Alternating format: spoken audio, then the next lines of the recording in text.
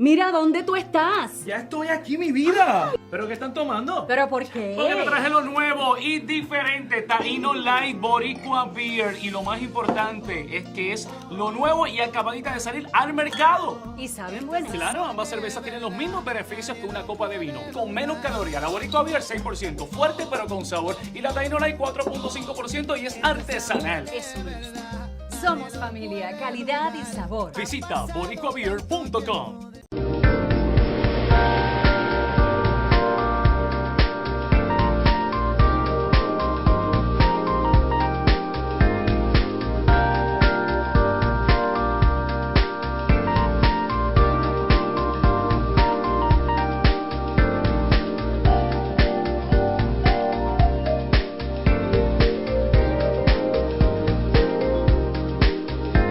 Good evening. Welcome to another edition of EDuTV. I am your host, Greg Perkins, and today's guest is Dr. Tricia Travis. Welcome. Thank you. All right. Dr. Tricia Travis is the 2016 Woman of Achievement Royal Ambassador for the state of Florida. Did I get that right? Absolutely. All right. Okay, folks, as you well know, this is an education show, and we like to have all types of guests on here talking about education. And we don't want you to miss the next segment because we have a really important education with Alan Grayson, Congressman who's running for the Senate, and we'll be discussing the possibility of free education for all, free college education with tuition. With that being said, Dr. Travis, Woman of Achievement Royal Ambassador. What is it? And you're nominated, you're 2016, right? Yes, I was just recently crowned. Oh, congratulations. With this wonderful opportunity to represent the Woman of Achievement for the state of Florida. And my daughters, did you know, they also competed too? Oh, wow. Oh, yes. So I'm actually getting them involved in pageantry so that I can help build their inner person and also their speaking skills and their fashion and their ability to serve the community. And that's pretty much what Woman of Achievement entails. It's about being able to serve your community and serve it well. So it's not like a typical pageant where the girls have to walk around and do whatever, but it seems that you guys are more education and community focused. Yes, we are very much educational and community focused. It's about being able to have a platform that basically makes a difference in the community and even in the United States and can even go worldwide. Right, pros. I probably don't know a whole lot of beauty queens with a PhD like yourself. So no, that's good because a lot of times people, they speak out against pageants, but this pageant here has a different twist, and I like the fact that it's serving the community. Now, you had an interesting platform that helped you to catapult you as the Woman of Achievement. So tell me about the platform. First, tell me about the Woman of Achievement. Now, you're for the state of Florida, so are there various duties that come with that in Orange and Florida? So tell us about that. Yes. In addition to what we've just talked about, it's also about the inner beauty of the woman who is serving. That's very important. It's not just about appearances. Most people think that when you hear pageant, it's all about wearing a swimsuit, prancing on the stage, smiling, waving, wearing beautiful gowns. It's about being beautiful inside and out and serving your community. And as my platform is my nonprofit organization. So the Woman of Achievement pageantry system allowed for me to be able to represent Celebrity Educator and actually do more community service work, for Celebrity Educator and make an impact. So that's basically what I presented on when it was time for me to do my speech during the pageant. Oh, okay. Now, how long has this particular Woman of Achievement program been around? It's been around for several years, but my reign is only for a year, so it will end in 2017 in February. I was actually crowned on my birthday. I don't know if you knew that. Congratulations. I did not know that. I consider that a blessing from God because I figured, hey, I'm in my 40s and I don't think I would ever, be able to be crowned. and the Lord made a way for someone to actually, recommend that I compete at the age of 40. You're never too old to do anything. All right. I have a friend, right? He's an older guy. He's starting a beer company past his 60s. So you're never too old to do anything. And I think, Dr. Travis, people have forgotten to dream. Like a lot of times in education, it used to be like, what's your dream? When do you want me to grow up? But it just seems like a lot of kids, they don't have a dream anymore. And I still believe in dreams. And I think dreams can come true. Too. Yeah. Absolutely, and dreams do come true. Right. And especially, for those of us who, have faith in God. And the Lord always knew my heart. He always knew I wanted to, be crowned in my lifetime. And my mom, I want to tell you this really short story about my mother. And I, when I was younger, we grew up watching the pageant.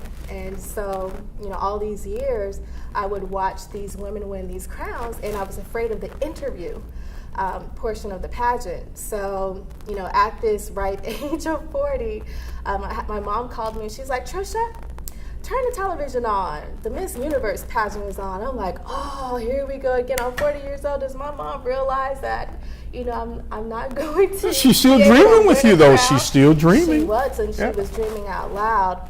And so, lo and behold, here we go. I'm sitting before you wearing a crown. Yeah, and I've seen some of those ladies in the way they answer questions, and I think you're way smarter than they are. All right, no offense, Miss Universe, but geez, you guys really need to work on answering those questions. So part of your platform was Celebrity Educator. Yes. Tell me about that program. It sounds like it has an educator or an appreciation flair for teachers. So tell me about that. Yes, I'm a former elementary school teacher. Okay. And I love teaching, and I enjoyed making a difference in the lives of children, and I still do that today. I wanted to make sure that teachers are appreciated and valued even more. You can only select one teacher of the year per school per year, and just imagine some schools have over 30 teachers. So can you imagine, if you have to wait your turn to be recognized, at that level? Yeah, it's just like could possibly never happen. Yeah, you're right. I never thought of it like that. Yeah, because if you just have like 30 teachers at one school, and if each person took a chance, that's 30 years. Yeah, you'd be dead. And you have heard of sometimes teachers winning Teacher of the Year twice. So that really lowers the opportunity to be recognized at that level. So through Celebrity Educator, parents, administrators, they can actually go to www.celebrityeducator.com, and they can actually nominate a teacher to be recognized. And that's what we do, is that we honor and recognize those educators, and we also recognize principals too. Very good. Yes. You said something very important. You said, Greg, I was a former elementary teacher and I love teaching, okay? You don't hear a lot of teachers saying that now. What they'll say is that I like teaching, but I don't like Marzano, all right? So, but I have so much appreciation and respect for teachers. I see the work that you guys do. I see the time you put in. And I'm so happy that your organization focuses on showing teachers that they are valued, that they are appreciated. We don't show them enough of that either. And so as part of your platform, you focus on showing appreciation for teachers and principals, okay? So are you kind of, like a lot of times it seemed like the principals and the teachers may not be together, so why did you focus on teachers and principals as part of the effort? And there's one more component. We focus on community educators too. Very good. Okay. Those are your after-school program directors, anyone who is educating children and adults. We honor and we recognize them. So what we do is we inspire, we empower, and we celebrate school and community educators. And our goal is to reach 1 million educators. So I have longevity with Celebrity Educator because there's over 3 million teachers in America. So we have a lot of educators to recognize. Leave no educator unappreciated while they're servicing our children and adults in education. So we have celebration events. Okay. We do conferences, and we do that once a year in November. So if anyone is interested in attending our conference or awards recognition ceremony, please go to our website. Okay, so this was your baby, so to speak, right? Celebrity educator. Yes. And how long have you guys been around? Since 2009. 2009, that's great, that's great. And you guys have an annual conference. Is it normally held here in Central Florida? Yes, it is normally held here in Central Florida. What we do is we collaborate with local businesses, which is really great because educators would love to know that the community cares as well. So we have big sponsors like BB&T Bank here in Orlando. The Central Florida of Lincoln of Orlando is another huge sponsor. And we have Dramatic Education, which is an educational company. Okay. So we collaborate with so many people who want to show educators that they value what they do. Yeah. Why is it that you think that teachers don't feel as valued and appreciated? Because at one point, that used to be a job that was held way up here. And now it just seems like all the techies are getting all the praise because they make a lot of money and they create a lot of cool things, but teachers are responsible for developing and teaching the techies. So how did we get that role reversal? I mean, I think we should appreciate everybody, but teachers, you can actually change a person's life by teaching. That's right, and we do as educators. We do change the lives of individuals, and we help create or enhance individuals who are innovative to make our world even a greater success. So we have to continue to support school and community educators to let them know that we do value and appreciate them. And like I said, a great way to do that is to collaborate with individuals who can come forward and talk about how a teacher has changed his or her life or inspired him or her to make a difference. Right. In society. Yeah, and that's why we started this show here too, because we wanted to get the word out about a lot of the good things that are going on in education. Because every time you mostly look around, oh, this person did that, teacher got drunk and did this or whatever. But we want the society and community and parents to know that there are some dedicated, committed, loyal, caring, hard work. There aren't enough adjectives to describe teachers. I was watching I don't know if it was 60 Minutes or something, but it's one of those shows, right? So this guy, he had this thing on his brain. It was messing his speech up, okay? So the surgeon goes in and he removes this thing from this guy's brain so now the guy can speak normally again, right? So the guy goes, man, I don't know who inspired you to become a surgeon, but tell them I said thank you because now I'm whole again, right? You know who helped him to inspired him to become a surgeon? I would hope it would be his teacher, his 8th grade science teacher. But get this, let me tell you what happened, right? The guy who was a surgeon, he became inspired to become a surgeon because you know how you have to dissect the frogs and stuff? Well, this kid, he dissected the frogs so well, the teacher's like, oh my God, you have good hands and you're smart enough. He said, maybe one day you can be a brain surgeon. The boy said he had never thought about becoming a brain surgeon until she said that. Right. Guess what? They reunited after 20 years. The 8th grade teacher still had the surgery of the frog thing that he did because he used it as a model about how to, isn't that crazy? That's fantastic. Yeah, I mean, this guy, he became inspired by the teacher. The teacher did the surgery to fix the guy's brain. And he said, I never would have thought of becoming a brain surgeon. He said, I didn't even know the brain surgeon was until my teacher told me. Educators do that frequently. We do it so much to inspire our students, to achieve their goals and their dreams. So through Celebrity Educator, we actually provide a platform for the community and for the world to see that there are great things happening in education and how educators are inspiring and impacting the lives of children. So that's a great, example. Oh yeah, it's an awesome story. Yeah, is that we really do impact the lives, of our children, and we prepare our children for the future to be successful. But it's a tough job. It is. It's very rewarding, though. It's very rewarding. It's rewarding, but it is a tough job. It is. And it's not to be taken for granted. Well, EDuTV, we are here to support educators, okay? So you are welcome on this show anytime to talk about what it is that you guys do and how you can impact the community. And folks, thank you so much for joining Dr. Travis and I. And stay tuned. You don't want to miss our next segment my interview with Congressman Alan Grayson. Thank you, and we'll see you on the other side.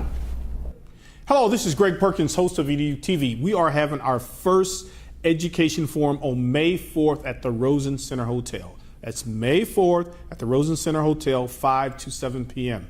We are going to have an educational panel that includes superintendents, high-level district administrators, and we will also be honoring the Teachers of the Year for Osceola, Orange, Brevard, and Seminole counties. So come out, support your teachers, support the educators. May 4th, Rosen Center Hotel, 5 to 7. See you there.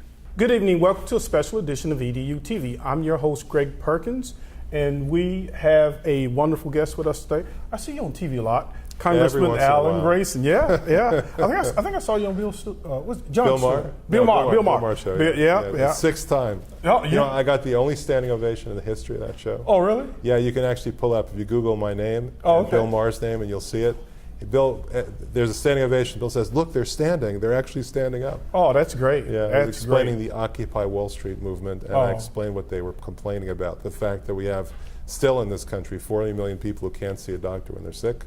Right. That we have 50 million people who depend upon the government to feed them.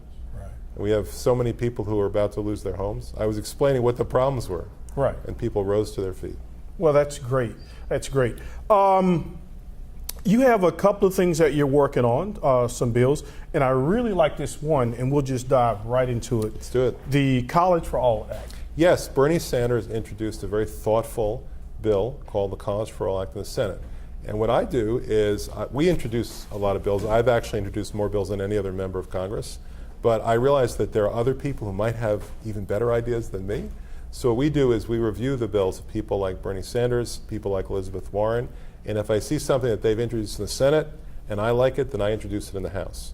And that's what I did with Bernie Sanders' bill. It's a bill that not only makes college affordable for people in private school, like my daughter, she's at Columbia, her tuition is $60,000 a year. It makes it affordable for people in private school, but at public school, it makes public schools free. And that may sound like a radical idea, but think about it. We've had pre-K through 12 education now for hundreds of years in this country. We actually invented free education in America, but we've never taken it to the next step, to public college. And there's 7 other countries where even if you're an American, if you go to these countries, it's free to go to college and you can learn in English. Well, no, I think that's a very noble notion because I have a senior, she's graduating, and I'm looking at these bills. I remember I grew up, and my folks didn't have any money, but somehow I was able to afford a bachelor's and a master's degree. But now when I look at it, it's almost like colleges, they're competing with each other to the point that it's making costs go. I mean, what's going on with that? With even the state schools now? Well, of course, they can charge whatever they want. Wow. I mean, that's what it comes down to. And some of the Ivy League schools and the better schools, at least they give it some thought to giving people scholarships. Right. But if you're talking about a good school that doesn't give scholarships and everybody has to pay that $60,000 or $65,000, that's just crushing. What ordinary person in this country could possibly do that? It's really prohibitive. In my case, when I was in college, I had to work. My first job was cleaning toilets. Wow. My second job was as a night watchman on the midnight shift. Okay. And I made less than $4 an hour. But back then, tuition was just $6,000, not $60,000 the way it is today. Right. Do you think a lot of times people, they say American kids are getting a little lazy. Do you think we're not as competitive because, you said it earlier, we do have free K-12 education. And some of these public high schools are really good. So do you think that American students are valuing education the way they should? Look, there's some basic problems with the system, and I'll go through them. But we're not going to be able to do more than just scratch the surface. Okay, I'll give you some of the basic problems. One problem is enormous inequality in funding. Okay, how many other countries are there, if any, that say that if you live in Midtown Manhattan, every student gets tens of thousands of dollars, or if you live in Silicon Valley, every student gets tens of thousands of dollars to be taught in the classroom? Whereas if you live in a poor town in Mississippi, you're lucky if you get 500. Yeah. Okay, so the property tax method of financing education is a problem.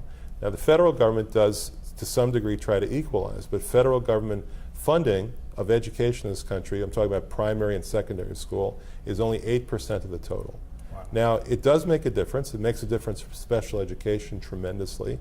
It makes a difference for school construction. When I was first elected to Congress, my kids were in a school here in Orlando, a public school, where everybody was in trailers. Okay. And as part of that first stimulus package, remember that in 2009, 2010? Right. Part of the first stimulus package, they built them a brick school right here in Orlando. In fact, we got huge amounts of money, more than $100 million coming in just from that one bill. Okay. But even so, it's just scratching the surface. So one problem is the way we finance these things. Financing based upon local property taxes is inherently unequal. Second problem we have is compared to other countries. It's not had nothing to do with laziness, okay? Second problem we have is compared to other countries is that we have enormous inequality in the education system, partly as a result of the financing, partly not. Okay, when you look at our test scores compared to other countries, our test scores are horrible. There was a math test that was done in countries all around the world a few years ago, and believe me, the math is the same in Tokyo, Right, yeah, and in math is Shanghai, universal. right, and in Dusseldorf, and in London, the same as it is here. We were last. American Is that the students were last. that pizza test that you get? Yes, you know a little bit about it. That's yeah, right. yeah, a little bit. You know, I read a book, and this lady, one thing I do like about America, though, somehow our kids, because of the freedom that we have, even in America, if you don't go the traditional college route, you can still invent something silly and become quite wealthy, right? Now, it normally doesn't happen like that, but what I do like about the United States is that we do afford everyone a free education. And I get a little upset sometimes with some of the students, like they don't take advantage of a lot of the scholarship dollars out there. But that can be a daunting process in of itself as well. So I really like what you're doing here with this free college for all. Let me just tell you, I mean, you've raised an interesting subject. Now I want to keep talking. Okay? Sure. You got me thinking here. Okay. Okay, so what I was saying is that if you look at the test results, we had the worst in the world. However, it wasn't because we had no smart kids. Right. It's because we had a lot of kids who were doing poorly. Okay. You know, in other countries, the test scores were like this, and in our country it's like this. That's right. And who ends up down here? Okay, That's it's the underprivileged kids. Right. So what's happening is that the underprivileged kids are not being taught properly. We have some other problems. My kids have to go to school at 7 o'clock in the morning. That means they have to get up at 5 o'clock in the morning, Right. okay? Where else can you have a job where you have to get up at 5 o'clock in the morning unless you're a high school student Right. or a high school teacher? That's about it these days in Yeah. Central Florida, okay? We don't need to do that. You know, they did an experiment in Wisconsin where they had start times at 7 o'clock. They changed to 8:30. Okay. SAT scores went up by 100 points. 100 points. With something like that, why don't, like common sense approach, because I was listening to one of your interviews earlier and you were saying about how effective you are in getting things done. Why does it take schools so long to if you see that, say, hey, you know, that's a good practice. Why don't we try it here and see if that'll help? Well, you know, I actually did try that. I tried to get something passed, and I passed more amendments than any other member of the House. There's 435 of us. I passed 54 amendments in the last 3 years, the most of anybody in the House. You can look it up, okay? I tried to get an amendment to encourage local schools to have later start times, and the Republicans said no. They said they didn't want the federal government, quote, interfering, so all I could do was to get some money to study it officially and to come out with a report. And I hate amendments like that. I want amendments that do things, not study things, but that's the best I could get with the Republicans in charge. I'll give you another example, okay? There have been many studies that show that a hot breakfast means much higher test scores. Right. Yeah. Hot breakfast, hot lunch, actually feed the kids so they're not starving until noontime. Right. You end up with higher test scores. And you may remember what that, you've been in a classroom. Oh, yeah. Yeah, you may remember what it's like to have somebody drag their rear ends in at 7 o'clock in the morning and pretend that they ate something. Right. And pretend that they're paying attention to you. Right. So, I mean, these are very basic things. You know, reasonable start times, well-fed children, and, you know, frankly, don't overwhelm them with homework. Right. This is another thing where I think with the test obsession, the homework obsession, is really crushing them, and it's stealing their youth away from them. Even the way some of our schools are designed, because there are a lot of things that are going on in the legislation, but we don't have enough time. But I'm thinking, right, what is your stance on standardized testing? Like, I like assessment, right? Because you need to know where the kid is and where he needs to be, right? But let's take a kid, Congressman Grayson, right? Kid goes to school 13 years, K through 12. Maybe he's got a 2.5, 3.0 average, but he didn't pass that FSA. And now you tell the kid, well, you can't get this diploma. Is that fair? A kid goes to school for 13 years, and by his teachers, they said, you have a 2.5, 3.0. And then you can't pass the test? You can't get a regular diploma? What do you think No, about that? no, but it's even worse than that. I mean, you're talking about the worst case scenario. Right. But even the best case scenario is the worst case scenario. Okay. Because what you do is you rob the child of a broad education. Yeah. All the teachers have time to do is just teach the test, teach the test, Yep. teach the test. That's all they ever do. And so you end up with a factory school. You end up where we're teaching children reading, writing, counting, and very little else. Yeah, like they're robots. Yeah, and not only that, but they're not very productive robots at the end of that process. Because how many jobs in America today, in this year, 2016, how many jobs can you get if you just know how to read, write, and count and nothing else? Right, you got to know how to think. You got to know how to problem solve. Right, exactly. Yeah. That's right. And we're stealing that from our own children. We're stealing that from the next generation. If you teach somebody art, then they have a shot at getting a good-paying job as a graphic designer. Okay? If you teach somebody computer programming, you know where that leads. They end up in Silicon Valley making maybe $1 million a year. Yeah. You teach just reading, writing, and counting, you got very little to work with there. Yeah. So we're really cheating ourselves. We're cheating our children. We need to have a school system that looks at every child as an individual. Right. Looks at them as a package of special qualities. Yep. Things that they're interested in, things that they're good at, maybe things that they're not so good at, Right. okay, and figures out what is it that we could do for this child to give this child the education this child needs to be the best that he or she can ever be. Yeah, that's a wonderful comment. That's a good segue because you've also done some work with Valencia Community College. Tell us about that. Well, I try hard to bring the bacon home. Okay? We appreciate that. I do my best to make sure that the money actually comes to the district, and we're pretty good at it. My first year in Congress, we doubled the amount of competitive grant money coming into the district. That's the money you have to actually fight for. You don't get it by some formula. Right. You have to actually go and get it. We raised it from $100 million to $200 million my first year in Congress. In Valencia's case, we got $5 million plus, $5.2 million that have Valencia recognized as a bilingual college, which it is, obviously. Well, yeah, with the recent growth of the Hispanic population. That's right. But if you know what you're doing, and we know what we're doing, you can actually get money from the federal government for that specific purpose. Yeah. I'll tell you some other things that sure, we've done. Sure. Okay, I was very deeply concerned about the fact that a quarter of the population in Orange County is Hispanic. Right. It's actually a little more than that right now. And yet, you walk into a library, when I first elected, you didn't see a single book or magazine that was a Spanish language book or magazine. Okay. So I got $500,000 of federal money, and we put Spanish language books and magazines in the schools. And in general, we do whatever we can to bring value, actual tangible money or things into the district for the benefit of our people here. I'll give you another example. The Library of Congress has a surplus book program. Okay. Now, there's a lot of members of Congress who don't know that. There's a lot of members of Congress who don't care about that. I know it. I care about it. We grab those books and we bring them here to Central Florida. Oh, okay.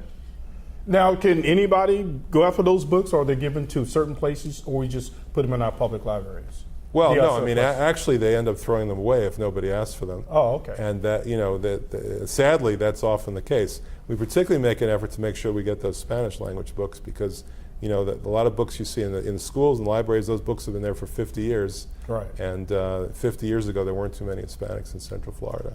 Yeah, I was talking with some teachers. We have about 30 seconds left.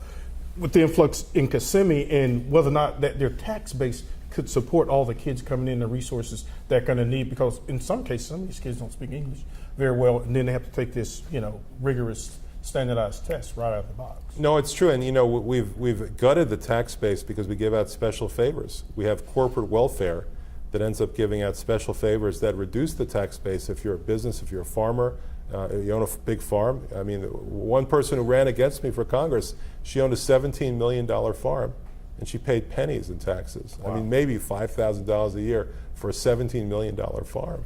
Well, hopefully you can win the Senate, and we can keep these changes up. It's been a pleasure, sir. My pleasure. Thank you. Thank you. Thank you for joining us on EDuTV. Good night.